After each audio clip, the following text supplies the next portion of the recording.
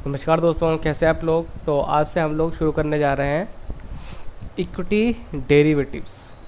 ठीक है, तो सबसे पहले हम शुरू करेंगे हमारा फर्स्ट चैप्टर में हम ये जानेंगे कि डेरिवेटिव्स होते क्या हैं, डेरिवेटिव की हिस्ट्री, और जो हमारा इंडियन मार्केट है डेरिवेटिव का उसके बारे में जानेंगे, और हमारे जो इंडियन डेरिवेटिव मार्केट है उसमें कौन कौन से पार्टिसिपेंट हैं। तो मेरे कहने का मतलब क्या है, जिस तरीके से हर मार्केट में कोई ना कोई लोग होते हैं, जिस तरीके जैसे अगर मैं बात करूँ बैंक में, ठीक है, जो हमारा बैंकिंग सिस्टम है वहाँ पे कोई ना कोई लोग कोई ना कोई लोग होंगे, जैसे कैशियर होगा, ठीक है, और एक होंगे जो अपना पैसा बैंक में जमा कराते हैं, ठीक है। तो जो भी लोग इन्वॉल्व हैं उस पर्टिकुलर मार्केट में, हम उनकी बात कर रहे हैं, तो उन्हें हम बोल रहे हैं यहाँ पे मार्केट पार्टिसिपेंट। ठीक है, तो उनके बारे में भी हम यहाँ पे जानेंगे, और डेरिवेटिव मार्केट की क्या ज़रूरत है, ठीक है, और कौन कौन से रिस्क फैक्टर हमें फेस करने पड़ते हैं अगर हम डेरिवेटिव मार्केट में हैं तो। ठीक है, तो ये सारी जो बेसिक कॉन्सेप्ट हैं वो हम हमारे फर्स्ट चैप्टर में हम जानेंगे। तो पहले मैं आपको समझाता हूँ कि डेरिवेटिव का यहाँ पे मतलब क्या है। देखिए, डेरिवेटिव यहाँ पर एक सिक्योरिटी की बात हो रही है, लेकिन उस सिक्योरिटी का जो प्राइस है ना वो कहीं और से ड्राइव हो रहा है।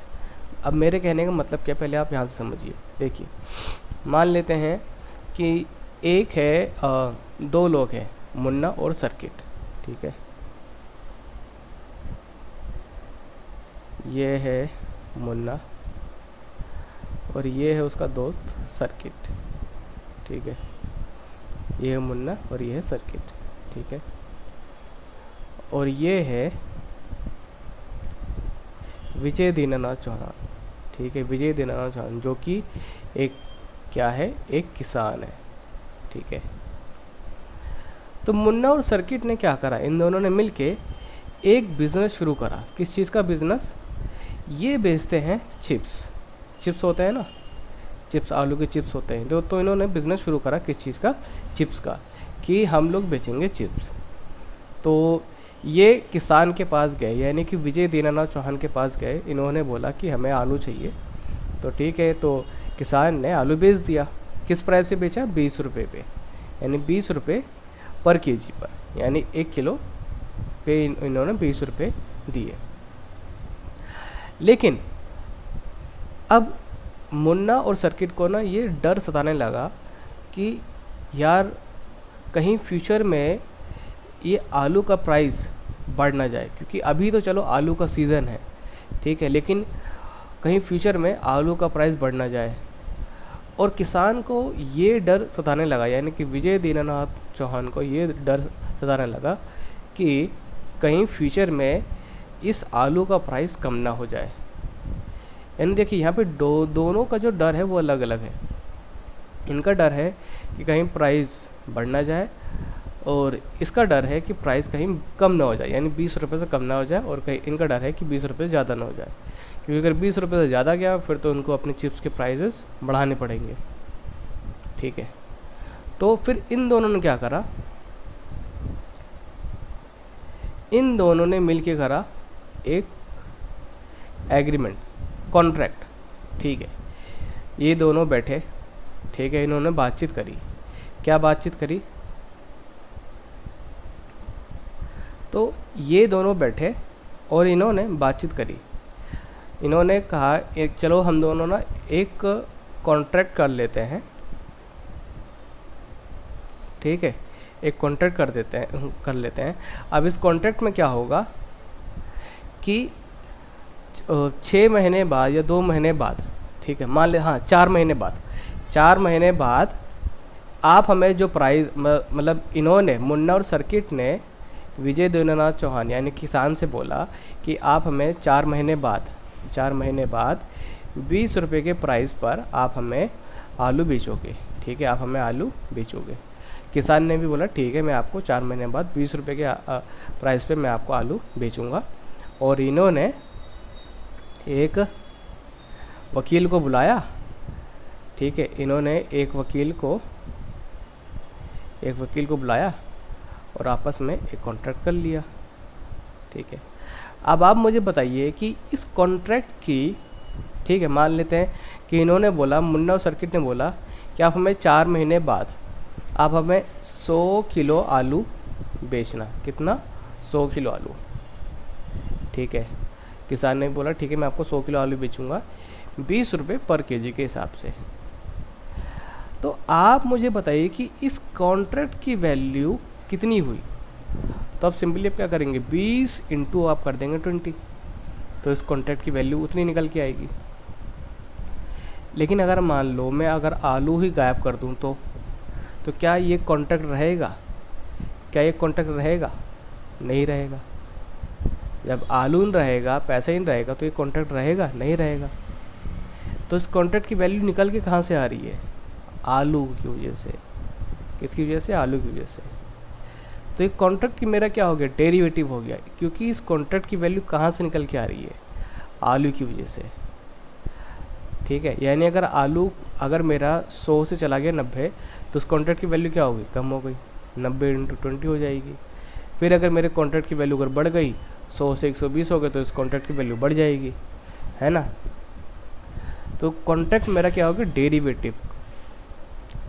तो हमारे जो डेरिवेटिव होते हैं वो एक्चुअल में किसी और एसेट के कॉन्ट्रैक्ट होते हैं। एक्चुअल में किसी और एसेट के क्या होते हैं? कॉन्ट्रैक्ट होते हैं।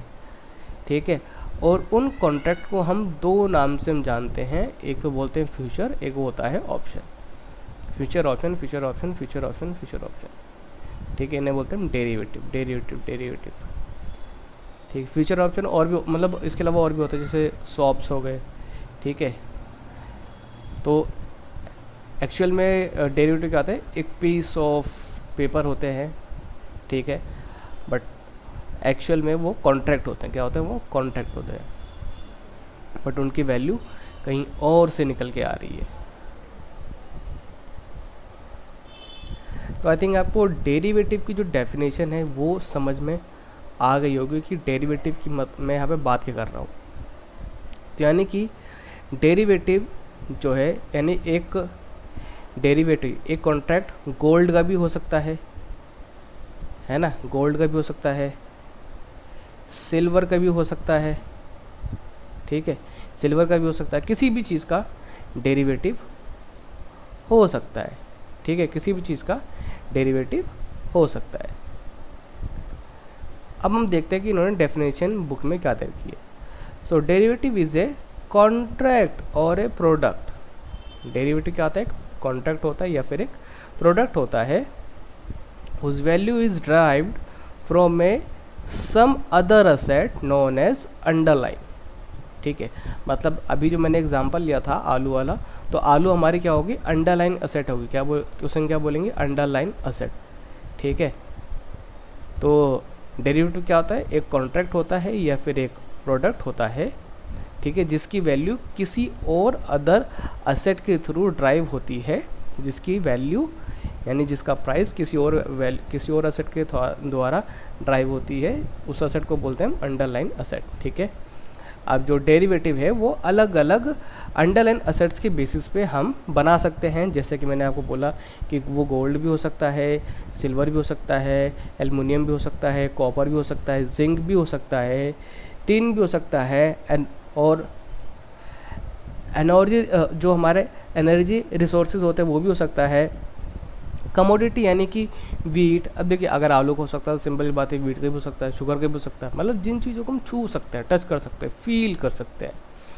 ठीक है, शेयर का भी हो सकता है हमारा। ठीक है, जिस तरीके से आपने देखा होगा ना कि रिलायंस कंपनी के जो फ्यूचर्स हैं वो भी मार्केट में आपको मिल जाते हैं। ठीक है, तो यानी कि जो रिलायंस कंपनी के जो फ्यूचर हैं, रिलायंस कंपनी के जो फ्यूचर हैं उनकी वैल्यू कहाँ से निकल के आ रही है? रिलायंस कंपनी के शेयर से। रिलायंस कंपनी के शेयर का प्राइस ऊपर जाएगा तो उसके फ्यूचर के प्राइस में भी चेंजेस आएंगे, अगर कम होगा तो उसमें भी क्या होगा? उसमें भी चेंजेस आएंगे। अभी आपके माइंड में ना क्वेश्चन आ रहा होगा कि ये फ्यूचर बनाया क्यों? फ्यूचर बनाया क्यों? मतलब जो डेरिवेटिव बनाया क्यों? इससे बढ़िया हम जो असेट है वो खरीद लेते हैं, है ना। ये क्वेश्चन माइंड में भी आ रहा होगा। ठीक है, तो उसका आंसर भी मिल जाएगा। ठीक है, डोंट वरी, मिल जाएगा आपका आंसर। देखिए होता ये है कि अब नॉर्मल मार्केट में ना हम 1 शेयर, 2 शेयर, 3 शेयर हम खरीद सकते हैं। ठीक है। बट डेरिवेटिव मार्केट में क्या होता है कि हम लार्ज क्वांटिटी बाय करते हैं और वहाँ पे हमें मार्जिन भी हमको मिल जाता है, ठीक है। तो चलिए अभी हम मार्जिन वगैरह अभी हम बारे में कुछ बात नहीं करेंगे, अभी हम इसी टॉपिक को ऐसे रखते हैं, ठीक है, नॉर्मली, नहीं तो फिर आपको भी दिक्कत होगी। तो आई थिंक डेरिवेटिव डेफिनेशन समझ में आ गई होगी। अब डेरिवेटिव मार्केट की हिस्ट्री और वो कैसे कैसे आगे बढ़ा इसके बारे में बात करते हैं। तो पहले तो इसकी शुरुआत हुई थी 12वीं सेंचुरी से, ठीक है, 12वीं सेंचुरी से इसकी शुरुआत हुई थी। In European trade fairs seller sign contracts promising future delivery of the items they sold. तो 12वीं सेंचुरी में क्या होता था कि यूरोपियन में, ठीक है ना, मतलब कुछ मेले लगते थे, होता ना वो ट्रेड फेयर होता है, आपने नाम भी सुना होगा, ठीक है, ट्रेड फेयर हो। तो उसी तरीके से पहले भी ट्रेड फेयर होते थे। तो वहाँ पर जो सेलर होते थे वो कॉन्ट्रैक्ट साइन कर देते थे, ठीक है, कि हम आपको 6 महीने बाद इतने के जो सामान है हम आपको बेचेंगे, क्योंकि उस टाइम पे वो माल रेडी नहीं होता था, ठीक है। तो पहले ही वो कॉन्ट्रैक्ट साइन कर लेते थे, ठीक है, हम आपको 6 महीने बाद ये माल हम आपको बेचेंगे, ठीक है। फिर हम बात करते हैं 13वीं सेंचुरी की। अब 13वीं सेंचुरी में क्या होता था कि बहुत मतलब ऐसे एग्जाम्पल्स है कि बहुत सारे जो सेलर्स होते थे वो क्या करते थे, वो 20-20 साल मतलब 20-20 साल का जो कॉन्ट्रैक्ट है वो पहले से साइन कर लेते थे, ठीक है। वो जो ऊन होता है ना, ऊन, ठीक है, वो ऊन का भी जो कॉन्ट्रैक्ट है वो इकट्ठा मतलब एडवांस में ही वो साइन करवा लेते थे 20-20 साल का एडवांस में कि आप हमें बेचोगे, ठीक है। फिर उसके बाद 1634 एंड 1637 इस बीच में देखिए, इस बीच में क्या हुआ कि फ्यूचर बस्ट हुआ, मतलब बस्ट, अब यहाँ पे मतलब समझिए, देख मतलब कि मार्केट गिर गया, एकदम क्रैश हो गया। फ्यूचर मार्केट था एकदम ही क्रैश हो गया। जिस तरीके से स्टॉक मार्केट क्रैश होता है उसी तरीके से फ्यूचर मार्केट भी यहाँ पर ये क्रैश देखने को यहाँ पे हमको देखने को मिला, ठीक है। तुलूप ये क्या है, तुलीप मेनिया, ठीक है। fortunes were lost in after a speculating boom in tulip futures bust। अब लेट 17 सेंचुरीज में, ठीक है, in Japan at Dojima near Osaka a future markets in rice was developed. हाँ, अब ये राइस मार्केट जापान में 17 सेंचुरीज के आसपास शुरू हो गई थी। तो वहाँ पर भी फ्यूचर का मतलब जो फ्यूचर मार्केट है वो देखने को मिला, ठीक है। अब देखिए, मैं आपको थोड़ा सा बताता हूँ कि फ्यूचर मार्केट के बारे में थोड़ा मैं आपको समझाता हूँ कि फ्यूचर मार्केट एक्चुअल में होता क्या है। तो फ्यूचर मार्केट में सिंपली यही है कि हाँ, मैं आपसे ये पर्टिकुलर चीज़ मैं आपसे फ्यूचर में खरीदूँगा, ठीक है, और प्राइस भी फिक्स होता है, मतलब डेट वगैरह सब फिक्स होती है, प्राइस भी हमारा, प्राइस क्वांटिटी सब सारी चीज़ें फिक्स होती है। तो इसी चीज़ को हम बोलते हैं फ्यूचर, ठीक है। ऑप्शन थोड़ा सा अलग होता है, ठीक है। ऑप्शन में भी ये होता है कि फ्यूचर में चीज़ें खरीदी जाती हैं, बट वहाँ पे एक कंडीशन होती है छोटी सी, बस वो होता है, ठीक है। अब हम बात करते हैं 1848, ठीक है, शिकागो बोर्ड ऑफ ट्रेड, इसकी शॉर्ट में इसको बोला गया है सी बोर्ड। तो यहाँ पर भी सी बोर्ड लिखा हुआ है, समझ लेना कि उसकी फुल फॉर्म है शिकागो बोर्ड ऑफ ट्रेड, ठीक है। फिर वो देखिए यहाँ पे फॉरवर्ड और फ्यूचर कॉन्ट्रैक्ट के बारे में मैं आपको समझाता हूँ। फॉरवर्ड और फ्यूचर कॉन्ट्रैक्ट, इन दोनों में डिफरेंस क्या है। देखिए, इसमें कहानी सेम है बट कंडीशन, मतलब देखिए समझिए, मैंने आपको मुंह से बोला कि मैं 6 महीने बाद आपसे माल खरीदूँगा, मैं आपसे 100 किलो आलू मैं आपसे खरीदूँगा, ठीक है, 20 रुपये के प्राइस पे। आपने ही बोला ठीक है, ठीक है। अब हो सकता है कि मैं 6 महीने बाद बदल जाऊँ, मैं बोलूँगा नहीं खरीदूँगा मैं, आप भी बोलो कि नहीं ठीक है मैं नहीं बेचूँगा। तो इसे बोलते हैं फॉरवर्ड मार्केट। फ्यूचर मार्केट में क्या होता है कि सारी चीज़ें लीगल तौर पे होती हैं, मतलब वहाँ पर और भी लोग इन्वॉल्व होते हैं, ठीक है, और भी लोग मतलब और भी पार्टीज इन्वॉल्व होती हैं, पूरा लीगल तौर पे होता है, तो इसीलिए उसको बोला जाता है फ्यूचर मार्केट, ठीक है। और फॉरवर्ड मार्केट में क्या होता है वो मतलब ये सारी जो लीगल जो कंडीशंस होती है वो नहीं होती है, ठीक है। फॉरवर्ड और फ्यूचर के बारे में हम और भी डिटेल में आगे पढ़ेंगे। अभी बस आप इतना समझ लीजिए कि दोनों चीज़ें सेम है, बट यहाँ पे लीगल कंडीशन जो है ना, बस वो उसका डिफरेंस है, ठीक है। क्योंकि फ्यूचर में देखो कि फ्यूचर में यहाँ पे कोई भी पार्टी एक दूसरे से मुकर नहीं सकती कि मैं नहीं बेचूंगा, मैं ख़रीदूंगा नहीं। अब आप सोचोगे कि मान लो उसके बाद पेमेंट नहीं होगी तो, बट फ्यूचर में क्या होता है कि पहले ही पेमेंट, मतलब देखिए अब उसने बोल दिया कि हाँ कि मैं आपसे फ्यूचर में मैं आपसे आलू ख़रीदूँगा मैं, ठीक है, फ्यूचर में मैं आलू ख़रीदूँगा, तो उससे ना एक छोटा सा अमाउंट अभी ले लिया जाएगा। देखो समझिए, अगर आप एक प्रॉपर्टी देखने जाते हो, ठीक है, आपने बोला ठीक है मैं आपसे मकान ख़रीद लूँगा 6 महीने बाद, तो वो आपको ऐसे थोड़ा ना जाने देगा कि हाँ कि ठीक है, आप कुछ पैसे देते हो ना उसको, क्या कहते हैं उसको,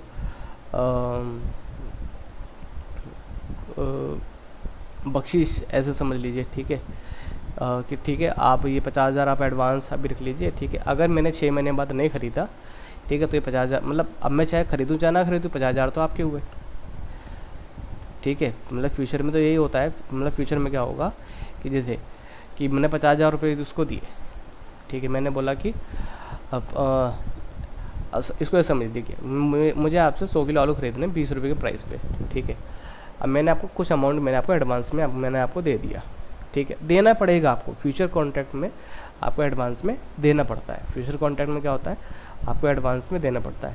अगर आपने फ्यूचर में उस चीज़ को नहीं ख़रीदा, ठीक है, तो एडवांस वो आपका गया, ठीक है, एडवांस आपका गया, जो भी आपने पेमेंट कर रखी है, ठीक है।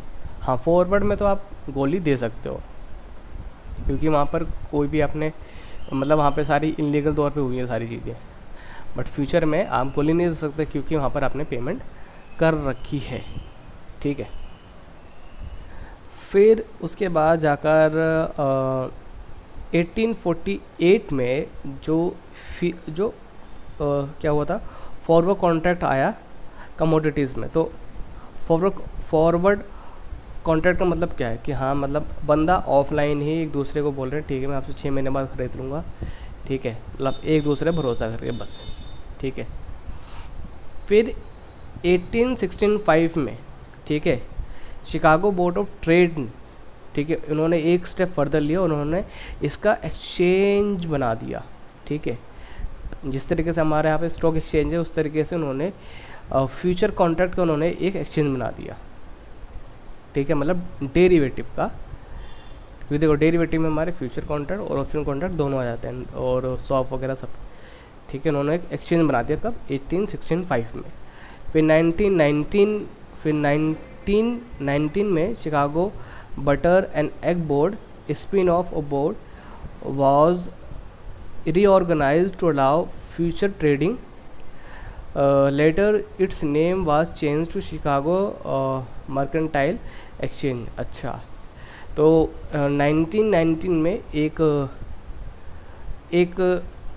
ऑर्गेनाइजेशन बनाई गई थी या फिर समझ लो एक तरीके से कमेटी बनाई गई थी, ठीक है, बट फिर उसका नाम चेंज करके CME यानी कि शिकागो मर्केंटाइल एक्सचेंज रख दिया गया था।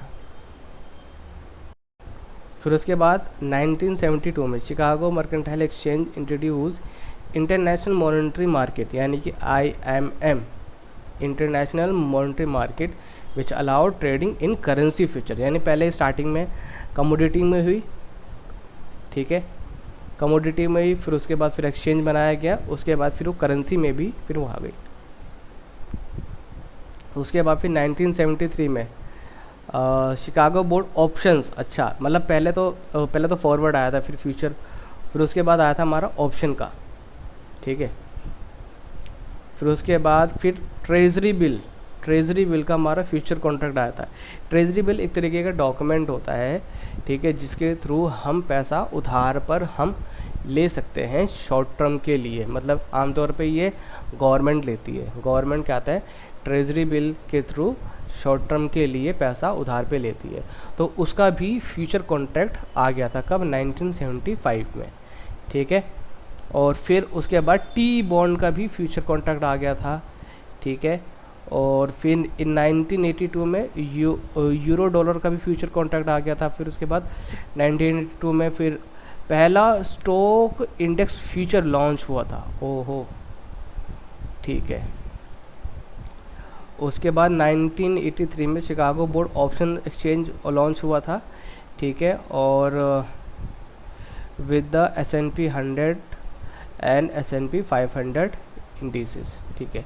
इंडिया में तो बाद में लॉन्च होता, आई थिंक सन 2000 के आसपास लॉन्च हुआ था फ्यूचर और ऑप्शन का, हाँ 2000 के बाद ही लॉन्च हुआ था। तो अब हम लोग ये देखने वाले हैं कि ऐसे कौन कौन से फैक्टर हैं जो कि हमारे डेरिवेटिव मार्केट को ग्लोबली उसकी ग्रोथ को बढ़ाने में हेल्प करते हैं। तो पहला है हमारा जो अंडरलाइन असेट है ना, वो बढ़ रही हैं, ठीक है, वो बढ़ रही हैं, और उनका जो इन्फ्लुएंस है, ठीक है ना, वो भी बढ़ रहा है मार्केट में, ठीक है। और जो फाइनेंशियल मार्केट है वो भी बढ़ रही है, ठीक है, ग्लोबली। और टेक्नोलॉजी का तो यूज़ तो आज के तौर पे बहुत ही अच्छे लेवल पे हो गया, इसीलिए तो स्टॉक मार्केट में अच्छे खासे बूम पर अभी चल रहा है। और मार्केट की जो अंडरस्टैंडिंग है वो भी लोगों को धीरे धीरे हो रही है, इसीलिए अब आज के टाइम पे अगर आप देखोगे तो स्टॉक मार्केट में भी आपको अब ज़्यादा लोग देखने को मिलेंगे, ठीक है। और अलग अलग जो प्रोडक्ट है डेरिवेटिव से रिलेटेड वो आपको अब देखने को मिल रहे हैं।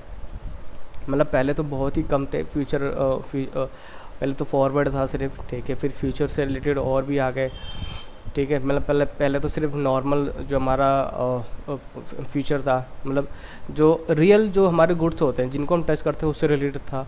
उसके बाद फिर स्टॉक से रिलेटेड, फिर हमारे जो शॉप्स होते हैं और भी जो अलग अलग डॉक्यूमेंट्स होते हैं उससे रिलेटेड भी आपको अब अलग अलग जो प्रोडक्ट है वो देखने को मिल रहे हैं। अब जो हमारा नेक्स्ट जो हमारा टॉपिक है वो है इंडियन डेरिवेटिव मार्केट, ठीक है। अब इसके बारे में ज़रा हम बात करते हैं। As the initial step towards introduction of derivatives trading in India, SEBI set up a 24-member committee under the chairmanship of Dr. L.C. Gupta on November 18, 1996 to develop appropriate regulatory framework for derivative trading in India। हाँ, मतलब derivative market को India में लाने के लिए तो सबसे पहले सेबी ने क्या करा, 24 लोगों की एक कमेटी बनाई, ठीक है, जिसके चेयरमैनशिप दी गई थी under the doctor L.C. Gupta, ठीक है। कब? नवंबर 18, 1996, ठीक है। फिर इस कमेटी ने क्या करा, इन्होंने अपनी रिपोर्ट सबमिट करी कब? 17 मार्च 1998 को, ठीक है। फिर उसके बाद इन्होंने जो डेरिवेटिव है उसको उन्होंने जो हमारी सिक्योरिटी की जो डेफिनेशन है वो उसके अंदर वो लेकर आए, ठीक है। और उसमें उन्होंने कुछ जो उनका जो फ्रेमवर्क है उसमें उन्होंने कुछ चेंजेस करे, ठीक है। फिर subsequently SEBI set up a group in June 1998 under the chairmanship of professor J.R. Varma to recommend measures for risk containment in derivatives market in India. फिर उसके बाद सेबी ने क्या करा, एक ग्रुप इन्होंने अपॉइंट करा और उसकी जो चेयरमैनशिप थी वो किसको दी गई थी? Professor J.R. वर्मा को, ताकि वो ये देख सके कि हाँ किसके अंदर कितने रिस्क है इन्वॉल्व है, ठीक है, और उसको मेज़र कर सकें और उससे रिलेटेड जो रूल्स एंड रेगुलेशंस हैं वो बनाए जा सके, ठीक है। फिर इस कमेटी ने एक जो रिपोर्ट थी अपनी वो सबमिट करी अक्टूबर 1998 में, ठीक है। फिर ये सारी चीज़ चलती रही, ठीक है। अब फिर इसमें मार्जिन सिस्टम भी बनाया गया, ठीक है। अलग अलग जो मेथड्स होते हैं कि कैसे कैसे इनिशियल मार्जिन चार्ज होगा, मेंबरशिप कैसे दी जाएगी, नेटवर्थ कितनी होगी और कितना डिपॉजिट की ज़रूरत पड़ेगी, सारी चीज़ें देखी गई, ठीक है। ध्यान रहे अभी तक स्टॉक मार्केट, मतलब अभी तक हमने जो पढ़ा है अभी तक स्टॉक मार्केट भी उसमें बना नहीं है, ठीक है, मतलब सॉरी वो फ्यूचर मार्केट अभी लॉन्च नहीं हुआ। फिर इन 1999 the securities contract regulation act यानी कि SCRA वॉज अमेंडेड, यानी इस एक्ट में अमेंडमेंट किया गया, यानी चेंजेस किया गया to include derivative within the domain of security. मतलब डेरिवेटिव को सिक्योरिटी के डोमेन में लाया गया। सिक्योरिटी का मतलब क्या है? सिक्योरिटी मतलब शेयर, बॉन्ड्स वगैरह, ठीक है, इन सब के डोमेन में लाया गया किसको? डेरिवेटिव को।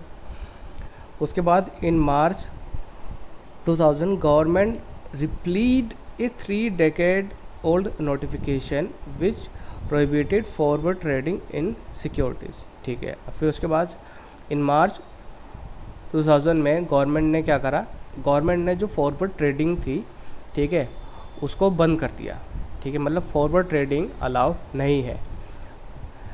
The exchange traded derivative started in India in June 2000, ठीक है, यानी कि जो डेरिवेटिव ट्रेडिंग जो थी वो इंडिया में शुरू हुई थी जून सन 2000 में, ठीक है, with SEBI permitted BSE and NSE to introduce equity derivative segment, ठीक है, मतलब स्टार्टिंग में जब जून 2000 में जब डेरिवेटिव ट्रेडिंग शुरू हुई थी तो उस केस में सिर्फ इक्विटी के ही डेरिवेटिव मार्केट में आए थे, बस इक्विटी के ही डेरिवेटिव मार्केट में आए थे, यानी कि जैसे जो शेयर होता है ना, जैसे रिलायंस के शेयर, सिर्फ उसके ही डेरिवेटिव थे, ठीक है। To begin with SEBI approve trading in index future contract based on Nifty and Sensex, ठीक है, तो शुरुआत करने के लिए सेबी ने अप्रूव करा ट्रेडिंग किस चीज़ पे, इंडेक्स फ्यूचर में। अच्छा, मतलब स्टार्टिंग में जो शेयर थे उसके डेरिवेटिव नहीं आए थे, जो इंडेक्स फ्यूचर थे उसके आए थे, ठीक है, मतलब शेयर के नहीं आए थे। इंडेक्स फ्यूचर मतलब जैसे जो हमारा सेंसेक्स है ना, सेंसेक्स और निफ्टी, उसके आए थे, ठीक है। अगर आपको सेंसेक्स निफ्टी क्या होता है, या अगर आपको ये सारी चीज़ें नहीं पता, ठीक है, तो हमारी बेसिक्स ऑफ स्टॉक मार्केट की जो वीडियो है आप वो देख लीजिए, ठीक है, करीब 3 घंटे की कुछ वीडियो है, वो देख लीजिए, तो आपको जो इंडिसेस है क्या होता है, इंडेक्स वगैरह क्या होता है, वो आपको सारी चीज़ें पता चल जाएंगी, ठीक है। On Nifty and Sensex which commenced trading in June 2000, तो यानी स्टार्टिंग में जो ट्रेडिंग हुई थी डेरिवेटिव में वो इंडेक्स के जो फ्यूचर्स थे, यानी इंडेक्स के जो डेरिवेटिव थे, ठीक है, उसमें हुई थी। अब जैसे सेंसेक्स में भी बहुत सारे हैं, सेंसेक्स 50 है, सेंसेक्स 100 है, 200 है, 500 है, ठीक है, इस तरीके से, तो उनके फ्यूचर्स, तो मतलब उनके फ्यूचर्स अवेलेबल थे, ठीक है, उस तरीके से जो हमारा निफ्टी है उसके, ठीक है। Later trading in index options commence, ठीक है। अच्छा, फिर उसके बाद फिर इंडेक्स के ही ऑप्शन भी आ गए थे जून सन 2001 में, ठीक है। And trading in options on individual stocks, फिर उसके बाद इंडिविजुअल स्टॉक के जो डेरिवेटिव्स थे वो कब आए थे, जुलाई सन 2001 से, मतलब इंडिविजुअल स्टॉक के जो डेरिवेटिव्स थे वो जुलाई सन 2001 से आए थे, ठीक है। Future contracts on individual stocks started on November सन 2001, ठीक है। मतलब फ्यूचर कॉन्ट्रैक्ट, मतलब देखिए ऑप्शन के, मतलब जो हमारे इंडिविजुअल स्टॉक थे उसके ऑप्शंस कब आ गए थे, जुलाई सन 2001 से, बट उसके जो फ्यूचर कॉन्ट्रैक्ट थे वो नवंबर सन 2001 से आए थे। और जो हमारा MSEI था, यानी कि Metropolitan Stock Exchange of India, started trading in derivatives products in February 2013, मतलब इन्होंने, ये भी हमारा क्या एक स्टॉक एक्सचेंज है, तो इन्होंने थोड़ा सा देर करा था, इन्होंने सन 2013 से शुरू करा था। हम ये जानते हैं कि जो हमारा डेरिवेटिव मार्केट है उसके अंदर कौन कौन से प्रोडक्ट होता है। तो पहले तो होता है हमारा फॉरवर्ड वाला, ठीक है। फॉरवर्ड मैंने आपको सिंपली बता दिया कि इसमें एक्चुअल में कॉन्ट्रैक्ट नहीं होता दो पार्टी के बीच में, ठीक है। It is a contractual agreement between two parties buy or sell an underlying asset at a certain future date for a particular date, for a particular price is pre-decided on the date of contract. Both contracting parties are committed and are obligated to honor the transaction irrespective of price of the underlying asset at the time of delivery. Since forwards are negotiated between two parties, the terms and conditions of contracts are customized. मतलब देखिए, अब जो forward contracts होता है ना वो दो parties के बीच में, तो जो कंडीशन वगैरह हैं वो बीच में चेंज हो सकती है। जैसे कि मैंने बोला ना कि ये रिटर्न में तो होती नहीं है, ठीक है, ये रिटर्न में नहीं होती, बस ऐसे मुंह से बोल के होती है, तो ये कभी भी ये चेंज हो जाती हैं, ठीक है। बट अगर हम बात करें फ्यूचर में, तो फ्यूचर में ना पूरा डॉक्यूमेंट में लिखा होता है कि इतनी क्वांटिटी, ये वो सारी टर्म्स एंड कंडीशन होती हैं, वो चेंज नहीं हो सकती, फिर ऐसी कैसी रहेंगी वो। हाँ, मतलब ये समझ लीजिए कि फ्यूचर और फॉरवर्ड में एक पेपर का ही अंतर है, पेपर मतलब एक पेपर का और लीगल, ठीक है। फ्यूचर में तो लीगल कार्रवाई वगैरह सब कुछ हो सकते हैं, फॉरवर्ड में तो कुछ नहीं। फॉरवर्ड में क्या आपने मुंह से बोला है बस, बट फ्यूचर में तो आपने पूरा डॉक्यूमेंट एकदम रेडी है सब कुछ। हाँ, अब ऑप्शंस में आपको समझाता हूँ ऑप्शन में होता क्या है। देखिए ऑप्शन में, अब इसको ऐसे समझिए कि मैंने आपसे बोला कि एक प्रॉपर्टी है, आप कौन हो, आप एक प्रॉपर्टी डीलर हो, ठीक है। मैं आपके पास गया, मुझे एक प्रॉपर्टी अच्छी लगी, ठीक है। प्रॉपर्टी है 50 लाख की। कितने की प्रॉपर्टी? प्रॉपर्टी है 50 लाख की, ठीक है।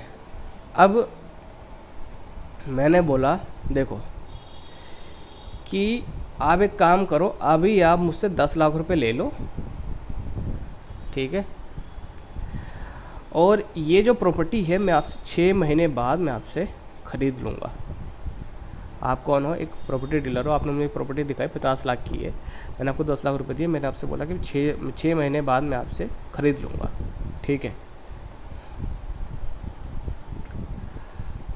या फिर आप इसको ऐसे समझ लीजिए कि मुझे प्रॉपर्टी अच्छी लगी, मुझे ख़रीदना था, बट मेरे पास 50 लाख रुपए नहीं थे, बट मैंने आपसे बोला कि यार रुक जाओ और थोड़ा सा, ठीक है। तो आपने बोला देखो मैं एक ही कंडीशन पे रुक सकता हूँ, अगर आप मुझे भी 10 लाख रुपए दे दो तो मैं 6 महीने तक मैं रुक सकता हूँ, बस उसके बाद मैं रुकूँगा नहीं, मैं बेच दूँगा, ठीक है। आपने बोला ठीक है, लेकिन फिर एक कंडीशन ये भी है कि 6 महीने बाद जैसे अगर मैंने नहीं ख़रीदा तो मेरे 10 लाख रुपये डूब जाएंगे, ठीक है। मेरे 10 लाख रुपए डूब जाएंगे, मतलब आप वो 10 लाख रुपए दोगे नहीं, ठीक है। तो अब देखो, अब यहाँ पर क्या है कि 6 महीने बाद, अब आपकी ये ऑब्लिगेशन है कि 6 महीने बाद आप मुझे property बेचोगे he बेचोगे।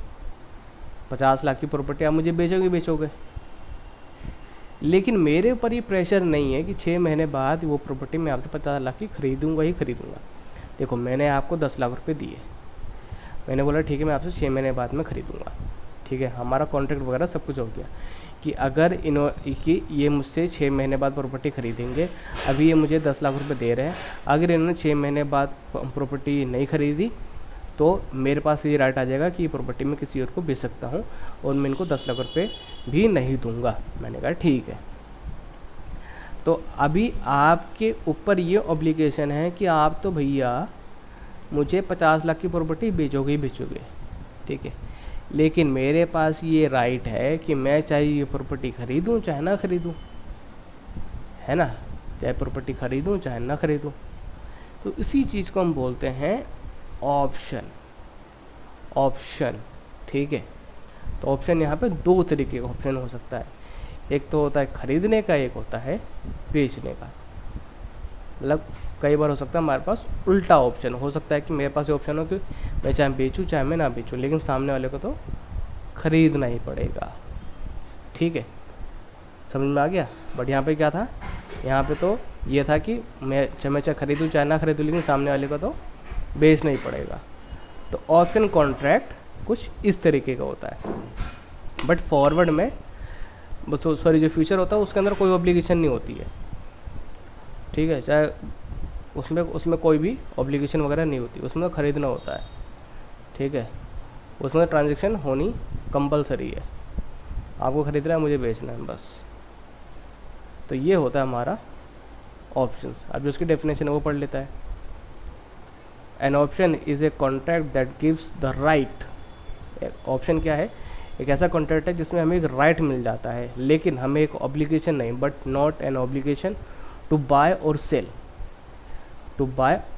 Cell the underline on or before the stated date and at a stated price. मतलब फ्यूचर क्या है? कॉन्ट्रैक्ट है जो हमें राइट देता है कि हमें एक राइट देता है, ना कि हमें एक ऑब्लिगेशन देता है। मतलब कि ना तो हमें कोई जिम्मेदारी नहीं देता कि हम उस असेट को ख़रीदें या फिर बेचें। मतलब ज़बरदस्ती हम उसको ना तो ख़रीदें ना तो बेचें, ठीक है, एक पर्टिकुलर डेट पे और पर्टिकुलर प्राइस पे, ज़बरदस्ती नहीं, बल्कि हमको एक ऑप्शन दे देता है। While buyer of option pays the premium. मतलब लेकिन जब भी हमारे पास ये राइट आता है तो हमें छोटा सा अमाउंट पे करना पड़ता है, ठीक है। तो उसे हम बोलते हैं कि प्रीमियम बोलते हैं। क्या बोलते हैं उसको हम? प्रीमियम। यानी कि यहाँ पे जो 10 लाख रुपए था वो मेरा क्या था? प्रीमियम अमाउंट था। क्या था वो? प्रीमियम अमाउंट था, ठीक है। अब ये मेरे ऊपर है, मैं चाहे अपनी जो राइट है उसको मैं यूज़ करूँ, चाहे मैं यूज़ ना करूँ। स्वैप्स, ठीक है। स्वैप्स क्या होता है? एक तरीके का डॉक्यूमेंट होता है, ठीक है, जो कि दो पार्टी के बीच में होता है, ठीक है। अब देख, जो डेफिनेशन पे वो पढ़ लेते हैं। A swap is an agreement made between two parties to exchange cash flows in the future according to the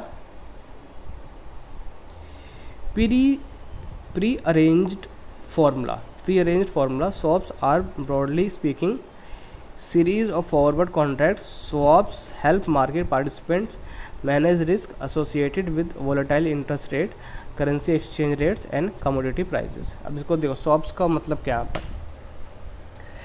भाई देखो, मैंने एक लोन लिया, मैं उस पर, मेरा जो लोन है उस पर मेरा इंटरेस्ट रेट फिक्स नहीं है। मतलब कभी मुझे 7% पे करना पड़ता है, कभी मुझे 12%, कभी 7, कभी 12%। लेकिन आपने एक लोन लिया है, आपको फिक्स पे करना पड़ता है, आपको 8% पे करना पड़ता है, 8%, ठीक है। अब आपको ऐसा लग रहा है कि मुझे, अब देखो, मेरा तो इंटरेस्ट रेट मेरा तो फिक्स नहीं है, मैं कभी 5 पे करता हूँ, कभी 12 पे करता हूँ, कभी 13 पे करता हूँ, क्योंकि मेरा इंटरेस्ट रेट तो वॉलेटाइल है, लेकिन आपका इंटरेस्ट रेट फिक्स है। दोनों ने हमने लोन लिया है। तो हमने क्या करा? हमने स्वैप्स एक्सचेंज कर लिए, मतलब हमने स्वैप्स कर लिया। अब इसमें क्या होगा कि देखिए, आपको ऐसा लग रहा है कि मेरा जो इंटरेस्ट रेट है ना वो बढ़ेगा नहीं, वो 4% 5% रहेगा। देखो, आप पे कर रहे हो 8%, आप कितना पे कर रहे हो? आप पे कर रहे हो 8%। मेरा तो कुछ फिक्स ही नहीं है, मेरा कभी 4 पहुंच जाता है, कभी 5, कभी 13%, लेकिन आपको ऐसा लग रहा है कि 5% रहेगा, ठीक है। और मुझे ऐसा लग रहा है कि मेरा तो 13 पहुंच जाएगा। तो एक काम करा, तो हमने काम करा, तो मैंने कहा कि काम करता है कि आप मेरा इंटरेस्ट पे करो, मैं आपका पे करता हूँ, आप मेरा पे करो, मैं आपका पे करता हूँ, ठीक है। अब देखो, मेरे वाले में तो कुछ फिक्स नहीं है, ठीक है, बट आप मेरा वाला इसलिए ले रहे हो क्योंकि आपको ऐसा लग रहा है कि मेरे वाले में कम जाएगा, और आपका वाला मैं ले रहा हूँ क्योंकि मुझे पता है कि उसके अंदर फिक्स जाएगा 8%, ठीक है। तो यही होता है स्वैप्स का खेल, ठीक है। यही होता है हमारा क्या? स्वैप्स का खेल होता है। मार्केट पार्टिसिपेंट्स, ठीक है। तो इसके बारे में हम बात करेंगे नेक्स्ट वीडियो में। तब तक के लिए बाय बाय।